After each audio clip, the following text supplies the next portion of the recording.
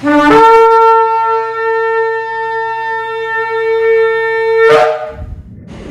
Shalom, está la congregación Beit Tefilá desde el sector Candelaria en la carretera número 12 en Arecibo. Está que le habla la Roa y la doctora Maritza Rivera. Venimos con una nueva parashá o sidra y es la parashá número 9, la cual comienza en el libro de Bereshit, capítulo 37, versículo 1 al capítulo 40, 23, y por nombre lleva Vayeshev. Y un significado para Vayeshev es y se asentó. Hacemos una introducción sobre lo que hay en estos capítulos y dice, ¿verdad? Comienza con que Jacob se estableció en Hebrón con sus 12 hijos y dice que su favorito era Yosef, que tenía 17 años. Y los hermanos de Yosef estaban celosos por el trato preferencial que él recibía, como por ejemplo que su padre le hizo una túnica de multicolor que Jacob, ¿verdad? Hizo para él. Entonces Yosef le cuenta a sus hermanos 2 sueños que tiene, que profetizan que él está destinado a gobernar sobre ellos, y entonces ahí aumenta la envidia y el odio hacia él. Shimón y Leví planean entonces matarlo, y ustedes saben que anteriormente quienes vengaron a Diná cuando la violaron fue ¿quién? Shimón y Leví. O sea que a ellos ahora entonces, una vez que ya asesinaron, pues ya ahora no le importaba volver a asesinar. Pero ¿de quién se estaba tratando en este momento? De su hermano.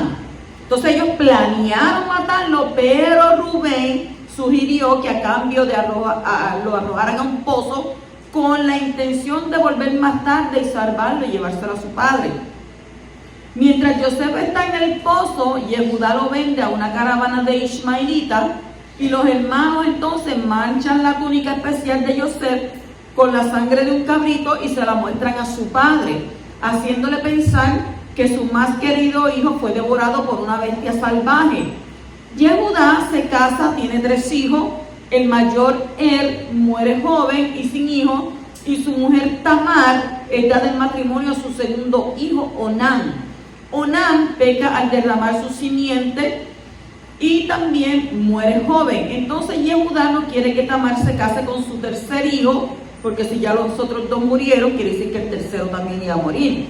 Entonces, determinada a tener un hijo de la familia de Yehudá, Tamar se disfraza como una prostituta y seduce a Yehudá mismo. Más tarde, Yehudá se entera de que Tamar está embarazada y la manda a matar por infidelidad. Pero cuando ella muestra ciertos objetos personales de la persona que ella se había acostado, que era Yehudá, entonces que él se los había dejado a ella como garantía de pago, él admite públicamente que eres el padre del niño que ella llevaba. Entonces Tamar tiene 2 hijos, Pérez, que es ancestro del rey David, y Seraf. O sea, quiere decir que Yehudá pues, fue y le hizo otro más. Entonces Yosef es llevado a Egipto, vendido a Potifar, el ministro encargado de la carnicería del faraón, y Elohim bendice todo lo que él hace y pronto es nombrado encargado de todas las propiedades de su amo. La mujer de Potifar desea al muchacho, y cuando Yosef se niega a estar con ella, ella le dice a su marido que el sirviente hebreo trató de forzarla y lo envían a prisión. Pero todo lleva, ¿verdad? Usted dice, wow, qué sinvergüenza, que esto no. Pero en todo hay un propósito. Yosef gana la confianza de los carceleros, quienes le otorgan un cargo importante en la administración de la prisión.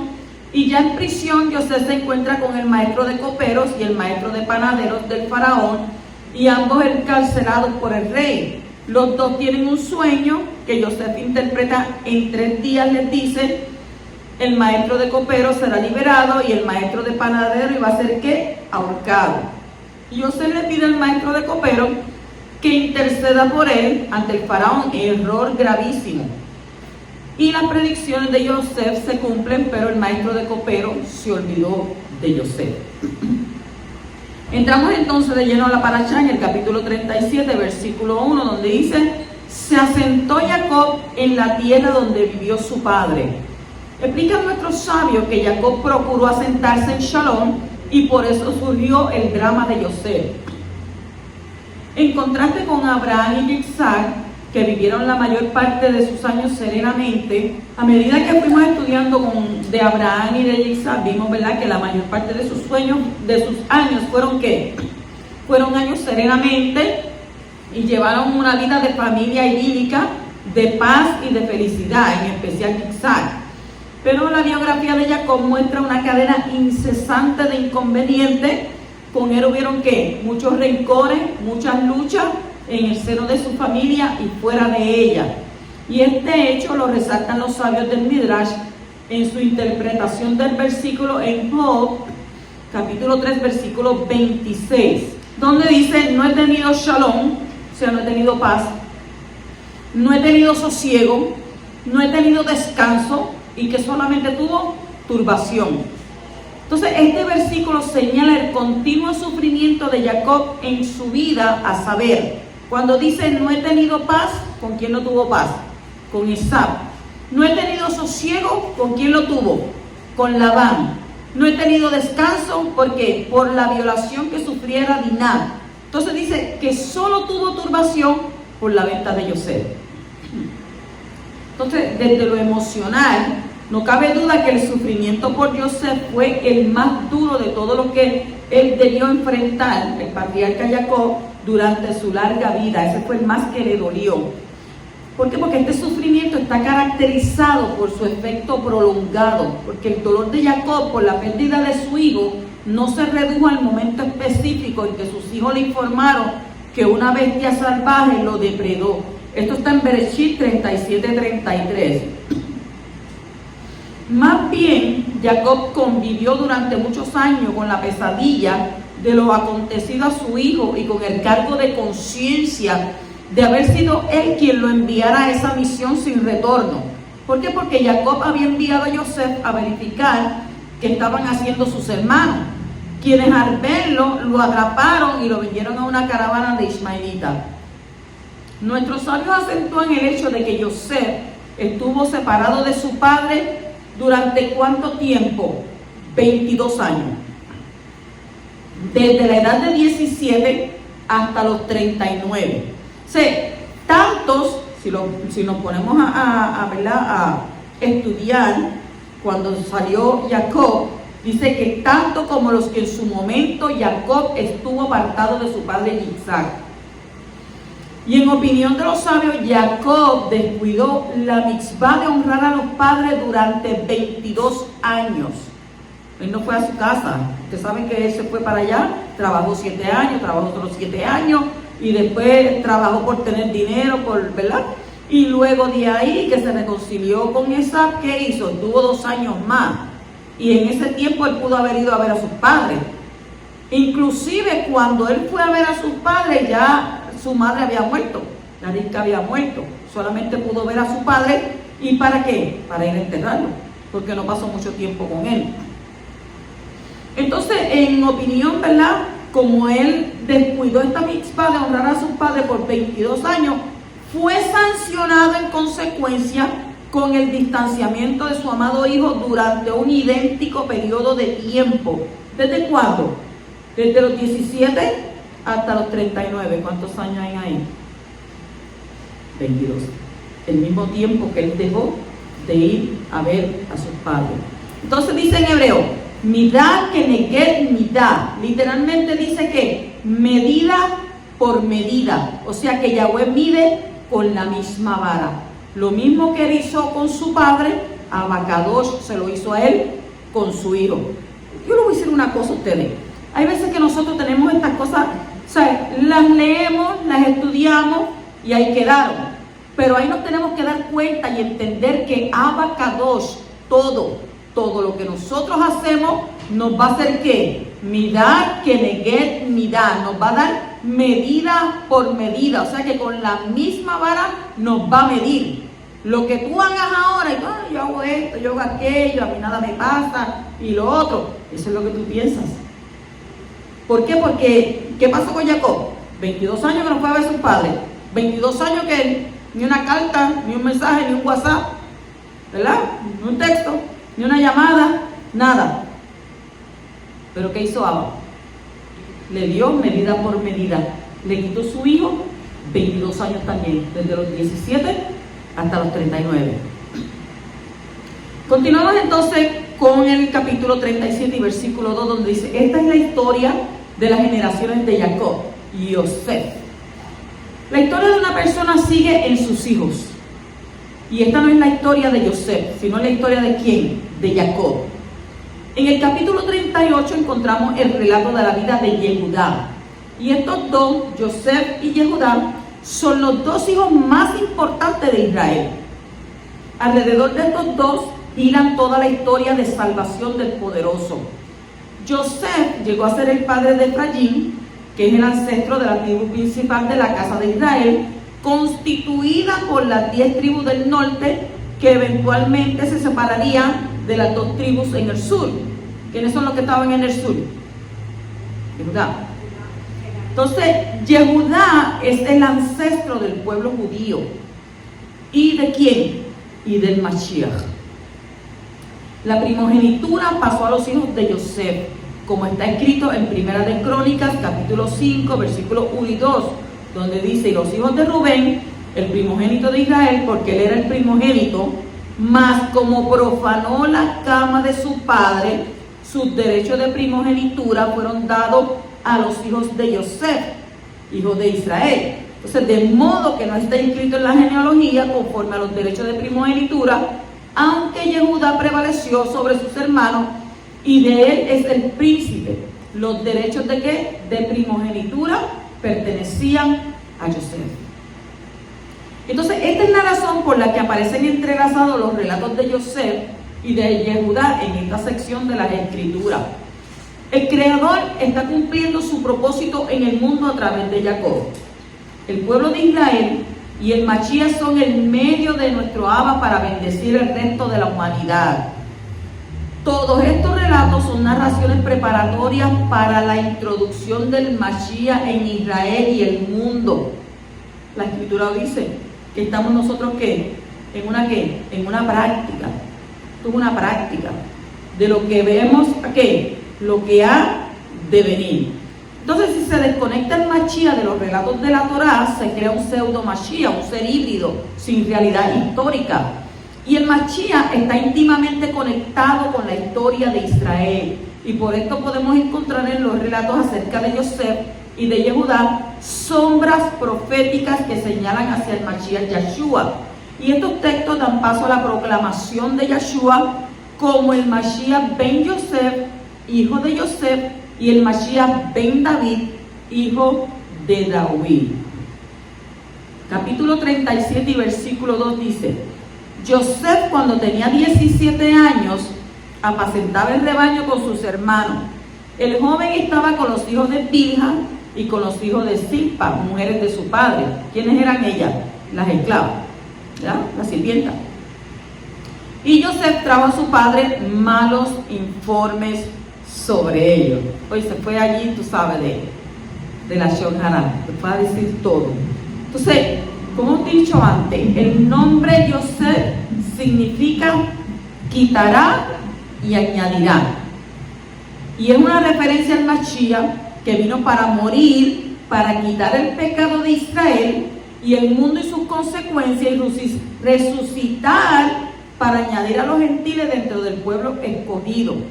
Cuando dice apacentaba el rebaño, como Yosef era pastor, también lo era Yeshua, pero en otro nivel, según Yohanan 10:11, donde dice: yo soy el buen pastor, y el buen pastor da su vida ¿por quién?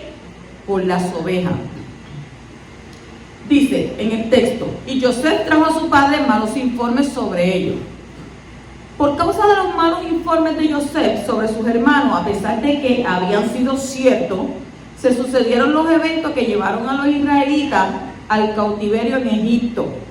En cuanto a Yehudá, en cambio, el mérito de haber propuesto a sus hermanos que vendiesen a Yosef a los ismaelitas en lugar de matarlos, según Génesis o Bereshit 37:28, de esa manera, salvándole así la vida, jugó a su favor cuando tuvo el desliz con Tamar, relación de la que ha de surgir el rey Mashiach. Y de esto derivamos que todo acto de odio, todo acto de difamación, por más justificado que fuese, solo provoca desgracias. Hay cosas que se dicen y hay cosas que no se deben decir. Aunque sean verdad, aunque sean realidad, uno no las puede decir.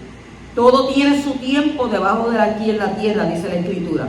Entonces, en cambio, un acto de amor y de misericordia siempre lleva salvación al mundo. Capítulo 37 y versículo 3 dice: y amaba a Israel a Joseph más que a todos sus hijos, porque era para él el hijo de su vejez, y le hizo una túnica de muchos colores.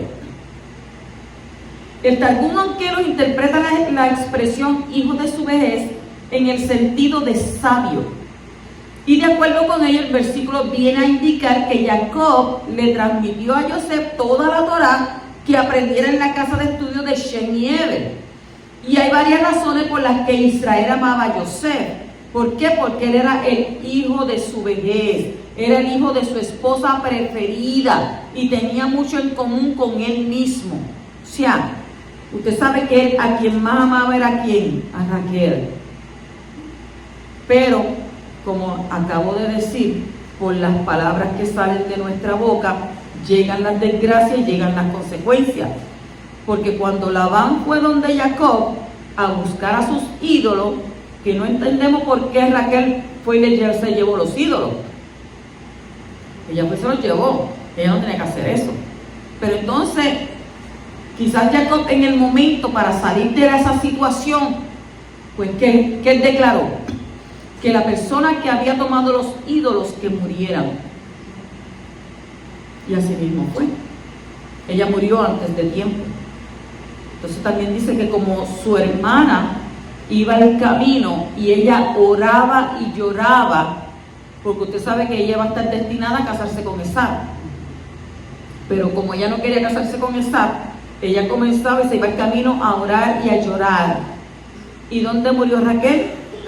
En el camino, porque ella no salió a eso. Entonces, en el capítulo 37, versículo 4 dice: los odiaban, los hermanos de Joseph. Dice, y no podían hablarle amigablemente. ¿Usted se imagina qué clase de fricción tenía que haber en esa casa? Todas esas personas juntas, porque eran 12 hijos. Pero solamente dicen los varones. Pero también estaban, ¿qué? Las yernas, estaban las hijas, estaban las sirvientas, estaban las mujeres. Eso era un familión. Un familión. Entonces, ¿qué sucede? Ellos no le podían hablar a él amigablemente. La primordial desgracia fue que no podían hablarle amigablemente, pues si hubiesen hablado con Joseph, habrían hallado la forma de aplacar su odio contra él. En verdad, el principal componente de toda controversia es la ausencia de diálogo, la incapacidad de escuchar a la otra parte y comprenderla desde su perspectiva. ¿Sabe por qué? Porque hay gente que se amparan en una cosa y es lo que ellos digan y no transan y es lo que yo diga. Y no es así. Entonces ahí, en consecuencia, ¿qué pasa? Aplican la ley del silencio. Eso es algo que en los creyentes no debe de existir en ningún matrimonio, en ningún hogar. Aplicar la ley del silencio. ¿Qué tal que Abba te dejara mudo? Que le hiciera como Manoah. ¿Ah? ¿Qué tal que tú por coger y molestar a tu pareja? No voy a hablar. No voy a saber nada, no me digas nada. Y mira, ¿y qué tal si Abba te deja mudo? Y tú luego quieras hablar y no puedas hablar. Yo he escuchado a permita a Yahweh, pero allá en el otro lado dice, permita a Dios y te quedes mudo. ¿Usted cree que las maldiciones no caen? Por supuesto que caen. Un ejemplo de eso es la Torá. ¿Qué pasó con Eliseo? Con los jóvenes. Cuando empezaron a decirle calvo, calvo, calvo, ¿qué él le hizo? los maldijo. ¿Y qué pasó?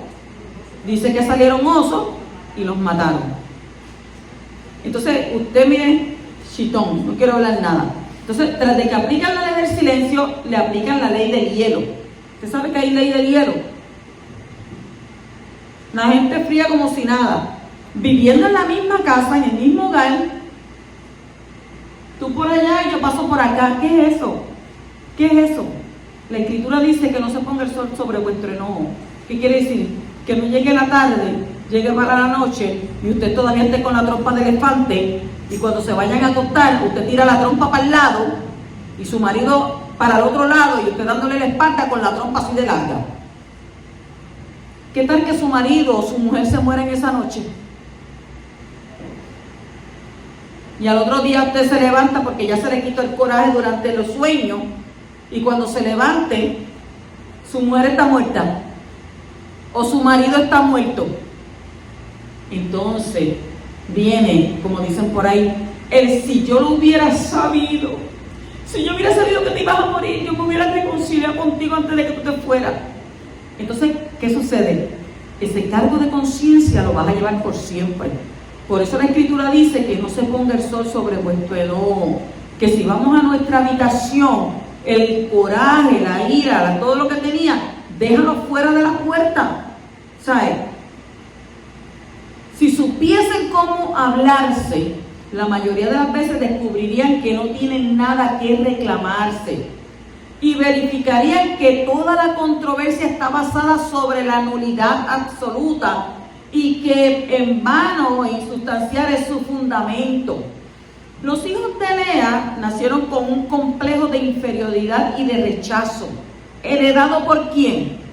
Heredado por su madre. Como Lea se sentía menospreciada por Jacob porque él prefería ¿a quién? Él prefería a Rachel antes que a ella. Pues entonces, ¿qué pasa? Su sentimiento pasó a los hijos. Y a pesar de la situación crítica en la familia de Israel e incluso por medio de estas tensiones familiares, Yahweh en su infinita sabiduría lleva a cabo un plan ¿de qué? De salvación para Israel y el mundo. Él puede usar nuestra carnalidad para cumplir su propósito.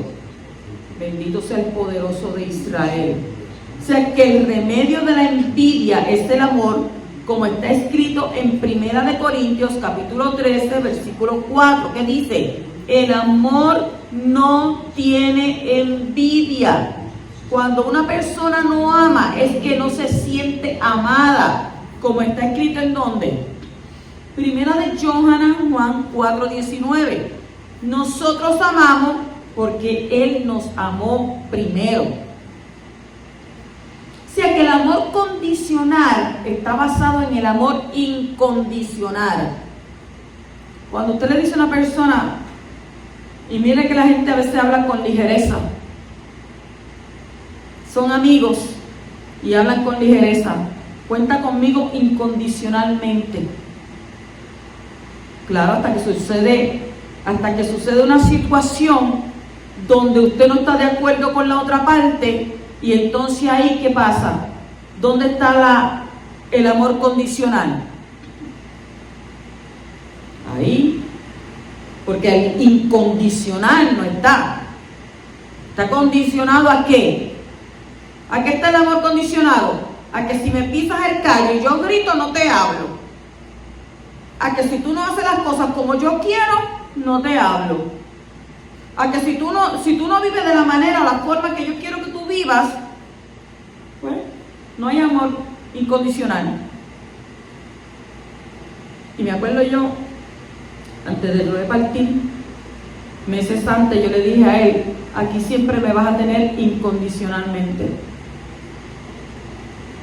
hasta que la muerte nos separe.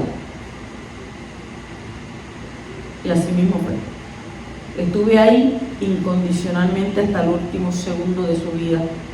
Entonces, es muy importante que un padre diga a su hijo: no importa lo que haga, te voy a amar igual.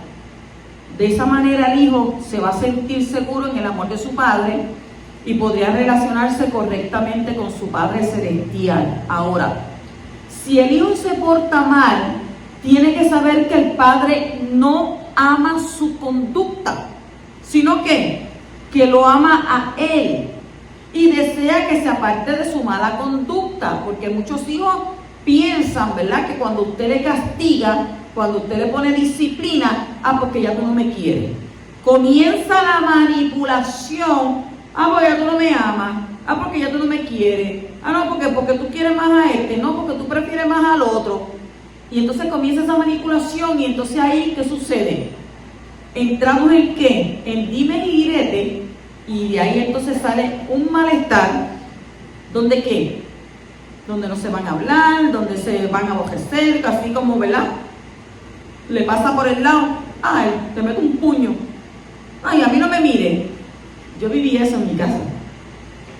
Cuando se enchismaban los muchachos, eso era queja, queja, queja y queja. Mira lo que me hace este, y mira lo que me dice aquel, y mira cómo me trata, y mira cómo aquello, y mira esto. Verdaderamente que el poderoso, ¿verdad?, le da hijos a personas, pero es una gran misión usted educar a un niño. Entonces es obvio que el padre había marcado a Joseph como el heredero de la primogenitura, como vimos en el texto en 1 de Crónicas 5, 1-2, según Devarim 21, 15-17. Jacob no tenía el derecho de quitar de Rubén la primogenitura y dársela a Joseph. La primogenitura le tocaba ¿a quién? A Rubén. ¿Según qué? Bereshit, capítulo 49, versículo 3 al 4. Entonces dice, y fue dado a Joseph, no por preferencia personal. Él no le dio eso por preferencia personal, sino porque por revelación profética. Entonces, hay varios ejemplos en las Escrituras donde vemos que el orden natural de herencia es cambiado por el orden profético. Bereshit 48, 17 al 20. Ahí usted lo puede leer. Capítulo 37, 7 dice: He aquí estábamos atando gavilla en medio del campo. He aquí que mi gavilla se levantó y se puso derecha, y entonces vuestras gavillas se ponían alrededor y se inclinaban hacia mi gavilla. Ya había un roce, ya lo querían pilar, y este viene y se levanta con ese sueño. ¿Cómo ustedes creen que es? Bueno, cuando usted lee la Torah dice, y lo odiaron más todavía. Si el odio se acrecentó. Ellos tenían tanto odio por Joseph que su odio se iba a convertir en querer asesinarlo, desaparecerlo. Entonces, las gavillas hablan de una cosecha que tiene mucho que ver con la vida de Joseph y del Mashiach. La cosecha es un producto de la nueva vida que viene de la muerte de los granos. Cuando dicen mi gavilla se levantó, alude al levantamiento de Joseph y a la resurrección de Yeshua entre los muertos. Dice, vuestras gavillas se ponían alrededor y se inclinaron. Usted sabe que más adelante nosotros vamos a ver eso. Muestra entonces que después del levantamiento de Joseph y la resurrección de Yeshua, habría un reinado. También muestra que todas las tribus de Israel tendrían que reunirse alrededor del Mashiach para obedecerle con reverencia. Porque tenemos que mirar más allá, no lo literal. En el capítulo 37 y versículo 8 dice: y sus hermanos le dijeron, ¿acaso reinarás sobre nosotros? ¿O acaso te enseñarás sobre nosotros? Y dice que lo odiaron aún más por causa de su sueño y de sus palabras. ¿Por qué tanta lucha entre hermanos? Los hijos son el reflejo de sus padres. Tanto lo bueno como lo malo de los padres es transmitido a los hijos. La transmisión es ¿qué? Biológica, psicológica y espiritual. Los genes, las actitudes y el ruach, el espíritu que tienen los padres, pasan a los hijos. Porque esto pasa ¿de qué? De generación en generación. Y nos encontramos cuando nosotros venimos a estudiar la palabra, a profundizar, nos damos de cuenta que muchos cargan con maldiciones generacionales. ¿Por qué? Porque esos espíritus Una vez que fallece el tatarabuelo, el octabuelo, el octabuelo, el tatarabuelo, ¿verdad? Todo esto va pasando ¿qué? Por eso usted ve que cuando usted va al hospital y tú tienes esto y tienes aquello, es hereditario. ¿Por qué te dicen que es hereditario? Porque se te pasó de tu tatarabuelo, se te pasó de tu abuelo, se te pasó de tu padre, y usted dice, hasta ahí tienes que romper con esa maldición. No conmigo. A mí yo no tengo nada de eso, ni tampoco lo voy a aceptar. Porque está de ti detener esa maldición generacional y renunciar a ella. Si mi padre o mi abuelo, mi bisabuelo, mi pentabuelo, mi octabuelo eran unos alcohólicos, usaban drogas, le pegaban a sus mujeres y hacían 20 cosas, tú tienes que decir, hasta aquí llegaste. Conmigo no va a suceder eso. Yo voy a hacer la inversa. Voy a portarme ¿qué? Como un hombre se tiene que portar, a respetar, ¿verdad? A su esposa, a respetar a sus hijos. Pues entonces usted tiene que ¿qué? Cortar con esos genes, cortar con esos espíritus, para que ese espíritu no pase donde usted, porque usted, lo que entra en usted es porque usted lo permite. O sea, en una casa, como dice la escritura, no puede entrar un ladrón y te puede atar y te puede robar si tú no lo permites. Pues si tú tienes las puertas abiertas, si tú tienes las ventanas abiertas, si hay endijas, como dicen por ahí en tu casa, los espíritus se van a meter por ahí por donde tú le des cabida. Entonces tú tienes que decir, no, yo y mi casa serviremos a Yahweh. Y mi casa es templo de Ruach HaKodesh. Aquí no habita ningún espíritu inmundo, ni habitará. Porque pertenecemos al Kadosh de Israel. ¿Cuánto dicen amén? Por eso esta parashá, que es la división de la Torah, empieza diciendo, esta es la historia generacional de Jacob, Joseph. En los hijos está la historia de los padres. Las actitudes y la relación que había entre las madres de los 12 hijos de Israel se reflejan en los hijos de manera acrecentada. Entre Lea y Rachel había una gran rivalidad, porque nosotros lo podemos leer acá. Ah, mira para allá, ella no se llevaba esto, pero había que vivir ahí, había que estar ahí, viendo lo que estaba pasando. Entonces, hasta los nombres que pusieron sobre sus hijos reflejan esta lucha de poder entre ellas. Y en ese ambiente de competición y de afán, ¿quién puede más? Entonces, ahí se criaron los hijos. ¿Ves? Entonces, además del favoritismo que Jacob mostraba hacia Rachel, y Joseph causó la envidia entre los demás. Y la tensión de la familia era fuerte. Y es obvio que la poligamia, ¿cuántos saben lo que es la poligamia? Más de una, ¿verdad? No es recomendable, aunque fue permitida por la Torah en ese tiempo. Eran otros tiempos. Porque hoy la gente dice, no, yo puedo tener 3, 4. Yo he conocido hombres que han tenido 5 mujeres a la misma vez. ¿Y cómo tú le haces? Ah, no, pues por horario. Y a todas le tengo un no. Oye, que es que son expertos. Todas se llaman bebé. Por eso cuando ella me llama, bebé, bebé, y me llama la otra, yo, bebé. ¿Ah? Todos son gordos. Todos son amor. Todos, ¿verdad? Todos tienen un nombre. ¿Para qué? Para no equivocarse. Entonces, ¿qué sucede? Yo conozco tanta gente así. Conozco tanta. Yo, wow, pero ¿cómo tú puedes hacer las cosas así? Tú no ves que eso te va a traer consecuencias. La Escritura habla sobre el adulterio y sus consecuencias. Tanto es así que las consecuencias es llevarte hasta la muerte. Te enfermas y te mueres. Esas son las consecuencias. Entonces, cuando los padres ven defectos en sus hijos, no deben culpar a sus hijos por ello, sino revisar sus propias vidas y pedirle al poderoso perdón por aquellas cosas que le son desagradables y que le han transmitido a sus hijos. Si los padres logran ser libres de estos defectos en sus actitudes y comportamientos, los hijos tendrán más facilidad para abandonar esas cosas, especialmente si los hijos siguen teniendo una relación estrecha con sus padres.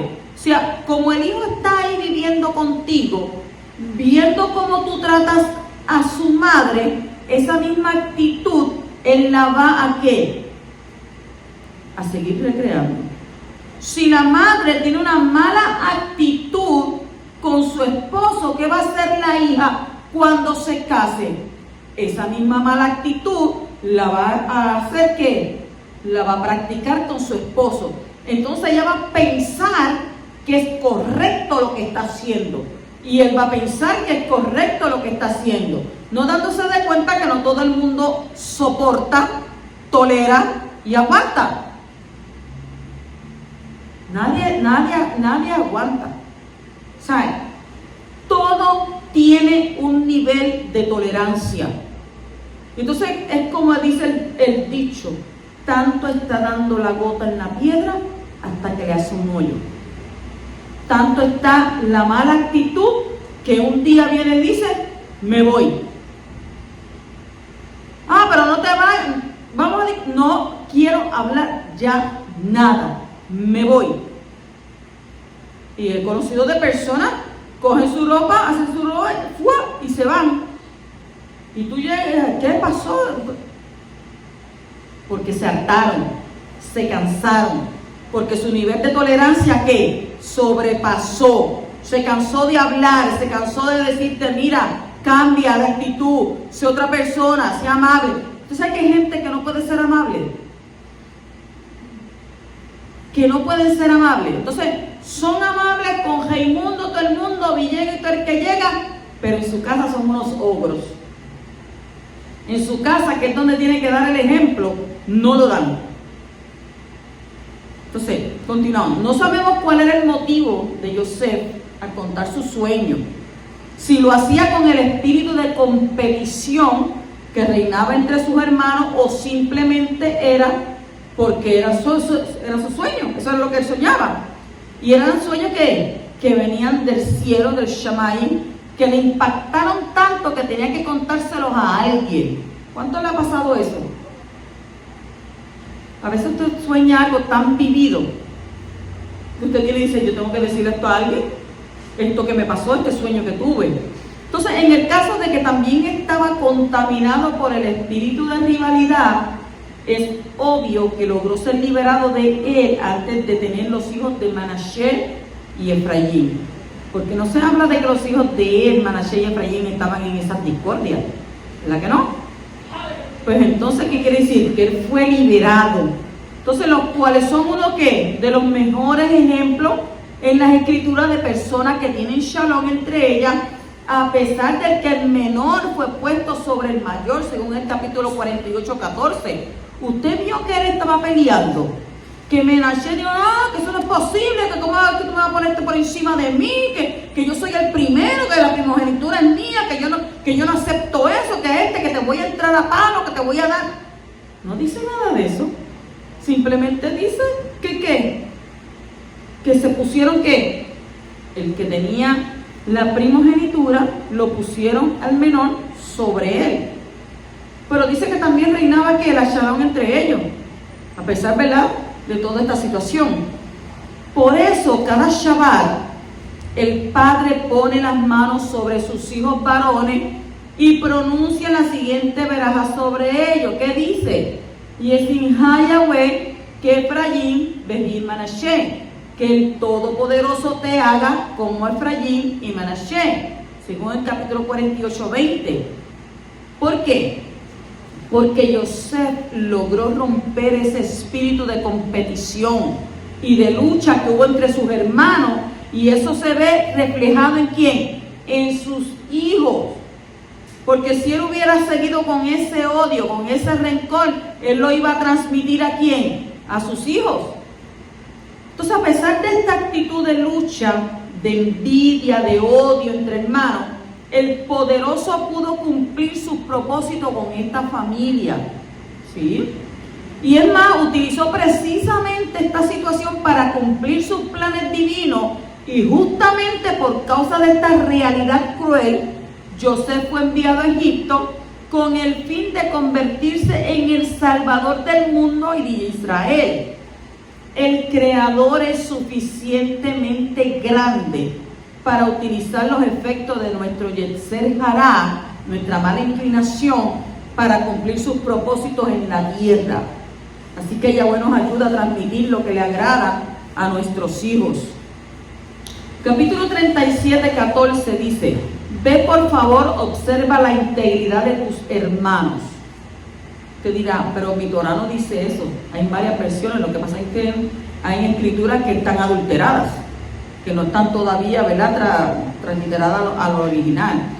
Dice, Jacob le indica a Joseph que fuera a ver cómo están sus hermanos, lo que dice en este texto. Puesto que Joseph difamó a sus hermanos, ahora Jacob le está sugiriendo, ve y observa la integridad de tus hermanos. O sea, es decir, desde ahora esfuérzate en observar la integridad de ellos y no sus faltas y debilidades. Porque usted sabe que él estuvo mucho tiempo en la cárcel por la lashon hara que tuvo hacia sus hermanos, ¿verdad que sí? Seguimos el capítulo 37, dice: José fue tras sus hermanos y los encontró. Después de haber estado en Shechem, que representa la muerte y resurrección, el Mashiach se fue en búsqueda de los hijos de Israel hasta encontrarlo. Entonces nosotros somos el resultado de esa búsqueda. Y dice, y los encontró. Todos los hijos de Israel serán encontrados por el Mashiach en los últimos días. Capítulo 37, 18 dice: tramaron contra él para matarlo. Lo mismo hicieron con Yeshua.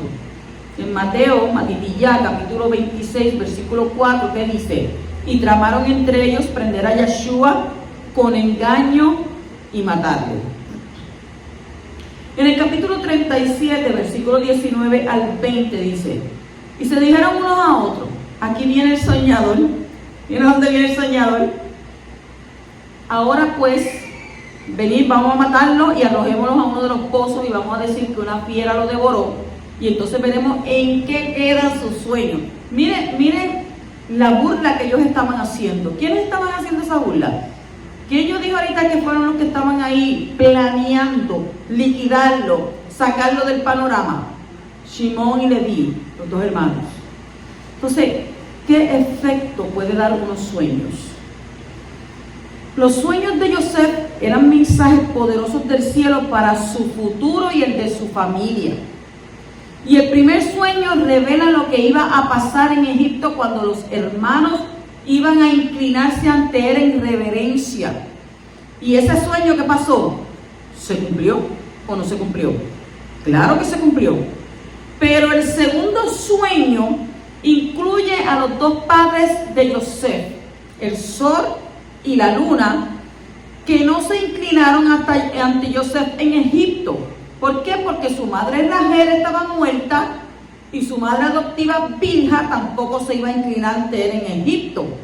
Entonces, ¿qué quiere decir eso? Que ese sueño tiene un cumplimiento futuro mesiánico.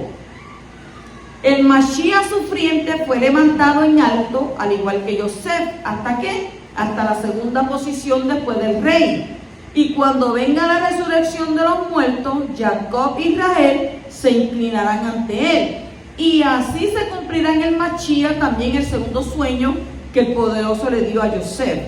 Entonces, los sueños que son divinamente inspirados son poderosos y constituyen una amenaza contra el espíritu malo que reina en este mundo en las mentes de los hijos de desobediencia.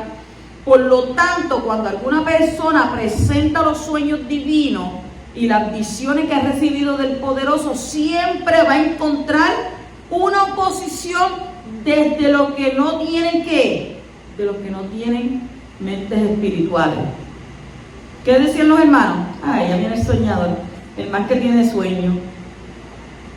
Mira que he escuchado eso. Ah, ya mira, ahí viene, a que viene a decirte que tuvo un sueño. Entonces, ¿qué pasa?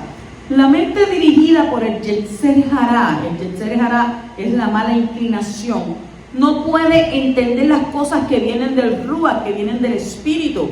Entonces le parecen una locura, porque tienen que ser entendidas de manera espiritual, como está escrito en 1 Corintios capítulo 2 versículo 14, porque el hombre que está en el alma no acepta las cosas espirituales porque le son locura, pues no es capaz de comprenderlas porque han de discernirse por medio del Ruach.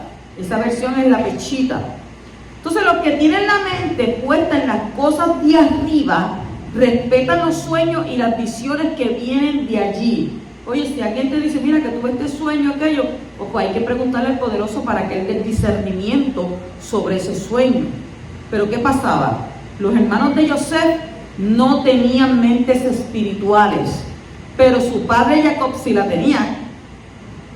Y por esto, cuando Yosef presentó su sueño, los hermanos, ¿qué hicieron? Lo rechazaban inmediatamente y se burlaban de ellos, se aprovechaban de ellos para ampliar su odio y deseo de asesinato por la envidia que ellos le tenían. Pero Jacob guardó estas cosas en su interior, según el capítulo 37, versículo 11. Todos los que reciben palabras, visiones, sueños del Shammai serán odiados por el espíritu que rige en este mundo y por los que se someten a ese espíritu, como está escrito en donde Yohanan capítulo 17 versículo 14. Yo les he dado tu palabra y el mundo los ha odiado. No te sorprendas por la oposición de los que te rodean cuando recibas las cosas del cielo y empiezas a hablar de ellas y a vivir según ellas.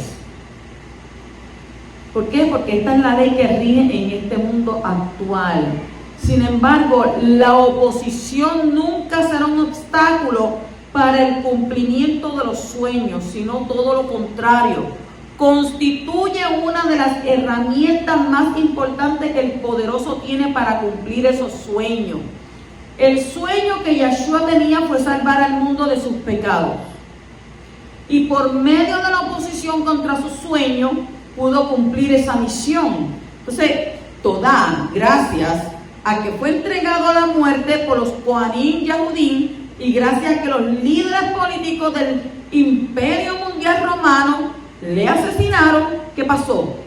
Él pudo llevar y hacer expiación tanto por el pecado de Israel como por el pecado del mundo. Baruch Hashem, por su sabiduría. Así que ten ánimo, porque Yahweh está contigo aún en la oposición. ¿Cuántos lo creen?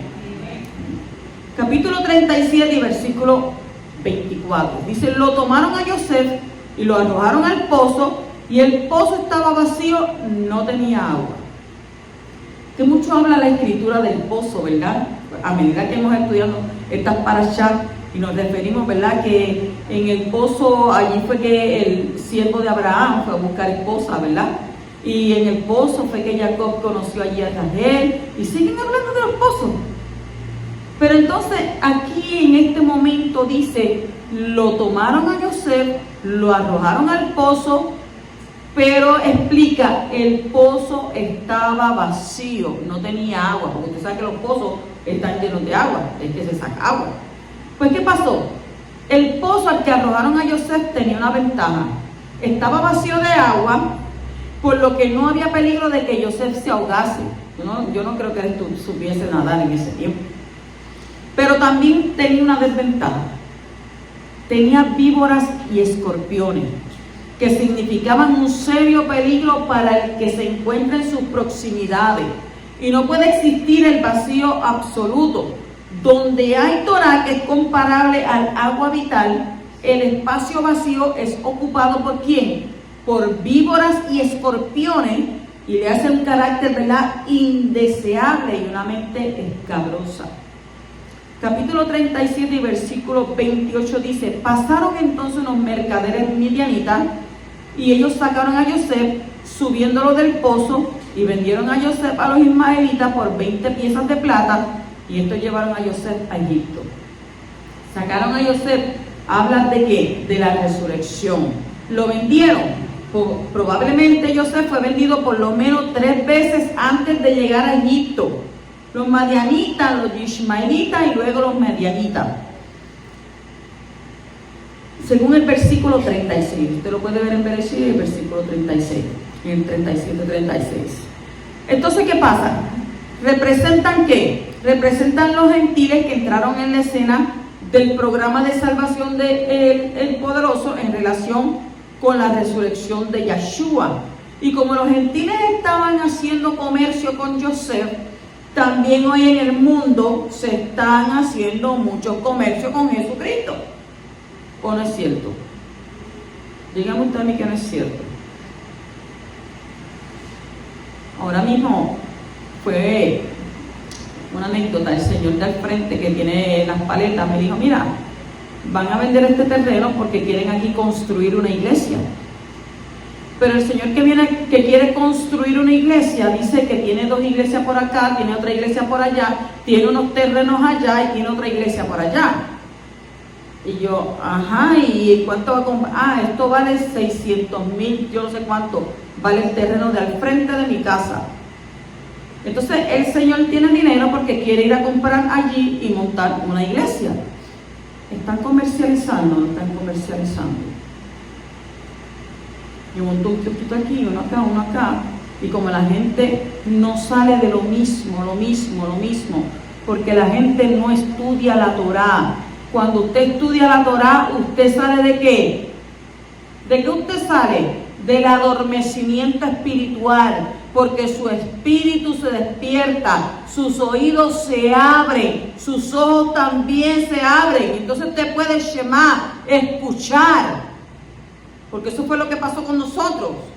Pero ven acá, esto no concuerda con esto que estamos practicando, esto no está pasando y esto sí. ¿Y por qué estamos viviendo? La gente las tiene de tal manera que no pueden cuestionar. El líder dice y ellos obedecen. Entonces no pueden cuestionar.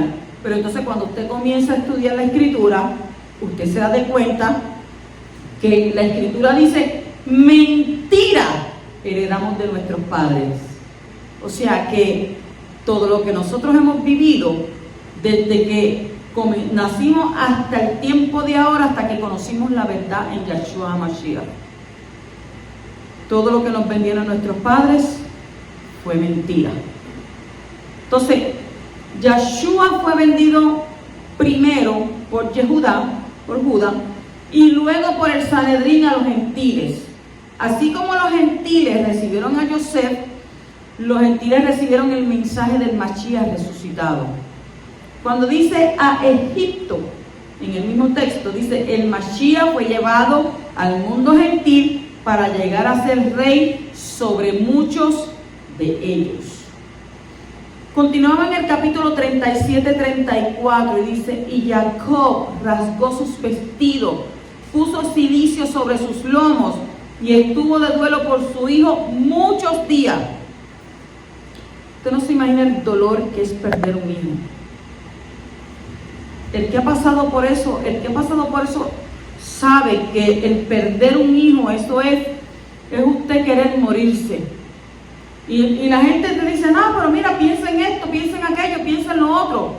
Oye, usted sabe lo que es perder un hijo, por lo menos una madre, cargarlo 9 meses en su vientre, verlo crecer, llevarlo a la escuela, estar pendiente de él, querer que sea una persona, un hombre de sociedad, ¿verdad? Que se integre en la sociedad, sea un hombre que viva, que se haga profesional, que tenga sus hijos, ¿verdad? Lo que se supone que normalmente una persona hace, ¿verdad que sí? Pero que vengan y le arrebaten la vida. O sea, que usted lo cuidó tanto y que venga otro sin importarle y le arrebaten la vida como si nada, como si fuera cualquier cosa. Porque para cada uno de nosotros nuestros hijos valen. Nuestros hijos son valiosos. ¿Por qué? Porque son ¿qué? Son perlas dadas por el Poderoso a nosotros. Y el hijo puede ser lo más malo que sea. Y claro, nosotros como padres no amamos la conducta mala que ellos puedan tener, pero los amamos a ellos en su carácter personal. que a veces, pues, ¿verdad? Hay padres que los sobreprotegen. Yo sobreprotegía a mis hijos, miren, yo no permitía. Mi mayor salió de mi casa a los 21 y yo no quería ni que saliera. ¿Por qué? Porque yo tenía miedo de lo que le iba a pasar en la calle, porque yo sabía que las cosas estaban bien malas, porque, como dice el americano, it's a jungle out there. Hay una jungla ahí afuera, donde ellos tienen que salir a luchar.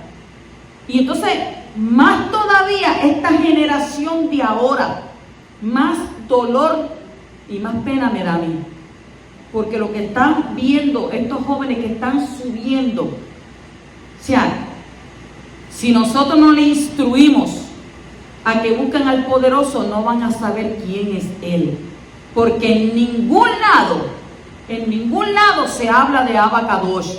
En ningún lado dicen que Mashiach, Yeshua, va a venir. En ningún lado les explican que tienen que salvarse, que hay un mundo venidero, que si tú te mueres sirviéndole al poderoso vas a obtener beneficio, vas a poder gozar de la nueva Jerusalén, vas a poder comer del árbol de vida, vas a poder tener un nuevo nombre, vas a poder estar con el Mashiach estudiando Torah.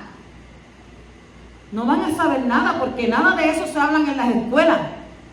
Lo único que se enseña es cómo usted ser ¿qué?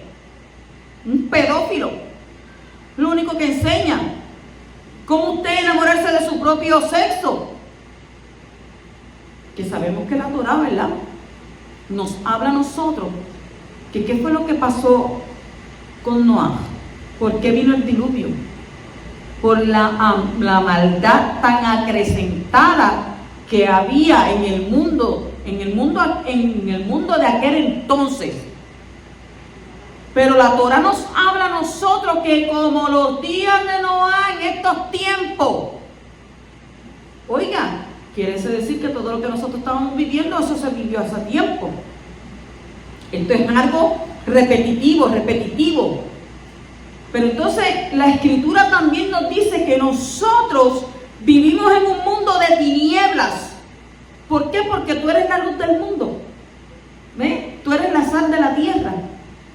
Entonces tú, como padre, ¿verdad? Tienes que ¿qué? Enseñar a tu hijo, instruye al niño desde niño para que cuando llegue grande no sea parte del camino. O sea, pero si nosotros como padres no somos responsables de enseñarle referente a nuestro Abba Kadosh, referente a nuestro Mashiach, referente a que hay una nueva vida, que nosotros aquí estamos como peregrinos y extranjeros, que nosotros no vamos a vivir eternamente aquí porque el mundo y la tierra van a pasar, pero la palabra no va a pasar. Y dice que va a venir cielos nuevos y tierras nuevas. Pero aquel que perseverare hasta el fin, dice la Torá, aquel que se mantenga en el camino, aquel que no mire a la derecha ni a la izquierda, aquel que se mantenga mirando el blanco de la soberana vocación, Yeshua Mashiach, vamos a ser salvos por Él. Porque somos escogidos desde antes de la fundación del mundo. Y la misma Torah nos dice a nosotros que este mundo en que nosotros estamos viviendo es un escenario. Es un escenario de las cosas, de las sombras proféticas, de las cosas que han de venir.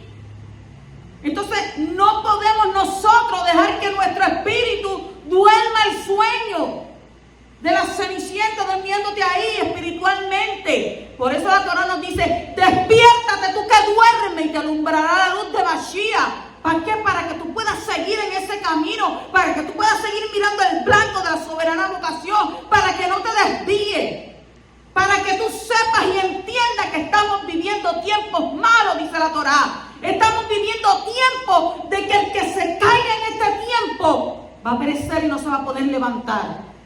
¿Por qué? Porque el espíritu del mundo, como dice la Torá, te va a aplastar. Y eso es lo que estamos viviendo hoy en día. Gente entretenida, porque así es que lo tienen, entretenidos. Ay, pero ¿para qué yo voy a leer el Torá? Ay, ¿para qué yo voy a ir a congregarme? O sea que mejor es el trabajo, mejor es la universidad, mejor es una fiesta, mejor es una actividad que venir a congregarte, como dice el libro de Amós, cada 3 días ven y congrégate, trae tus diezmos, adora al poderoso. Ay, ¿qué voy a congregarme? Mejor me congrego en mi casa. Porque se olvidan que la Escritura dice, congregar todos los hermanos juntos y en armonía. Y ejemplo nos dan que dice que en aquellos tiempos, después que Yeshua partió, dice que todos los hermanos se reunían, vendían sus cosas y entre todos disfrutaban de esas cosas.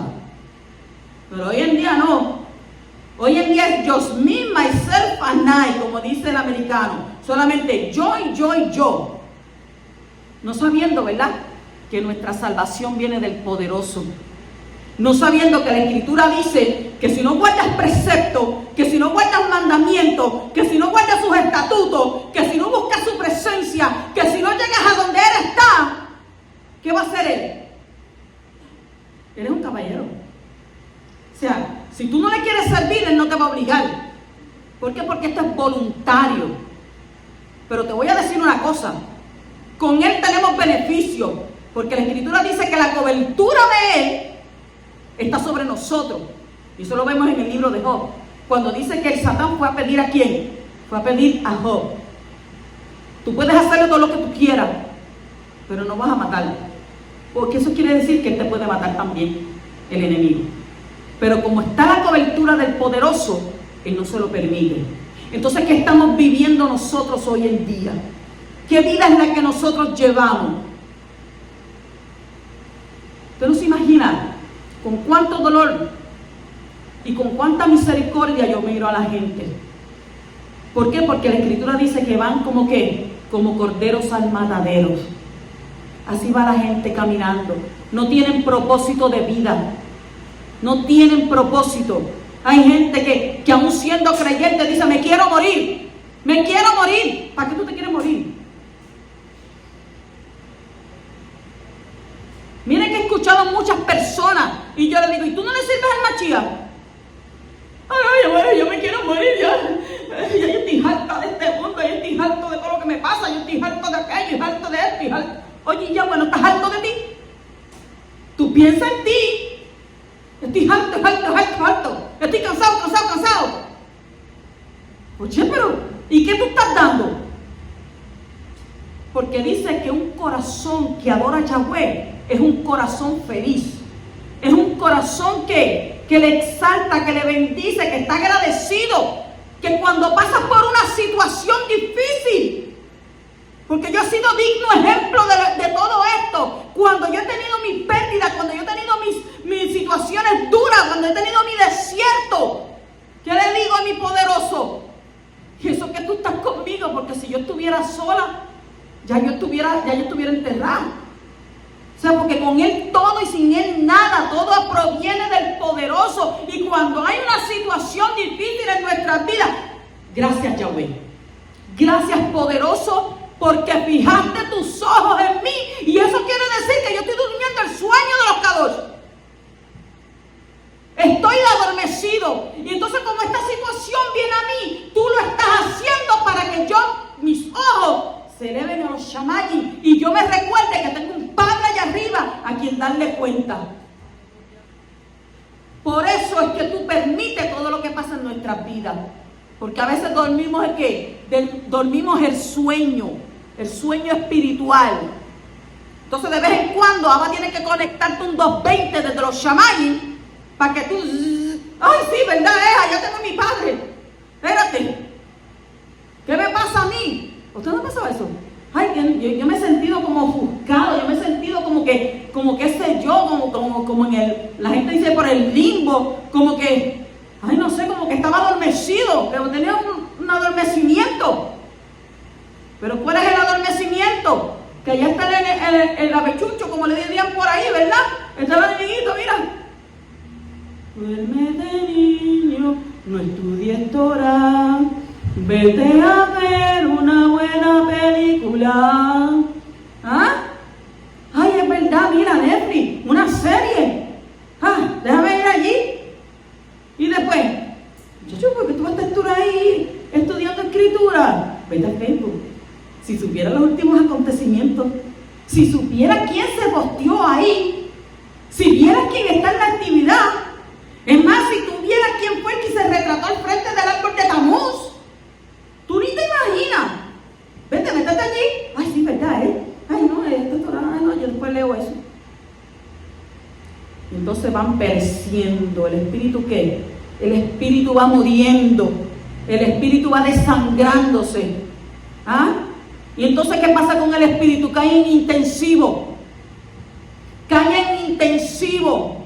Y cuando cae en intensivo, allá cae en coma.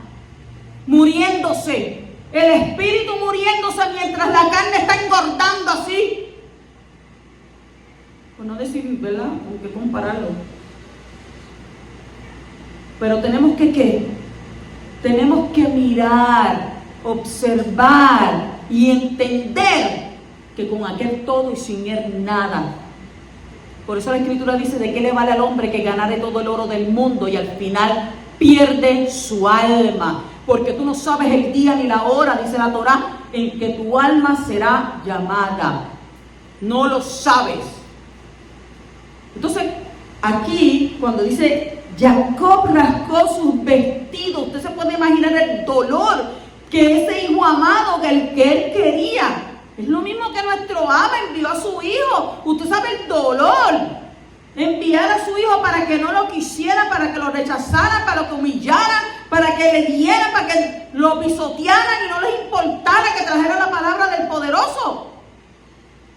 Entonces, ¿por qué el nombre de Jacob no fue cambiado para siempre?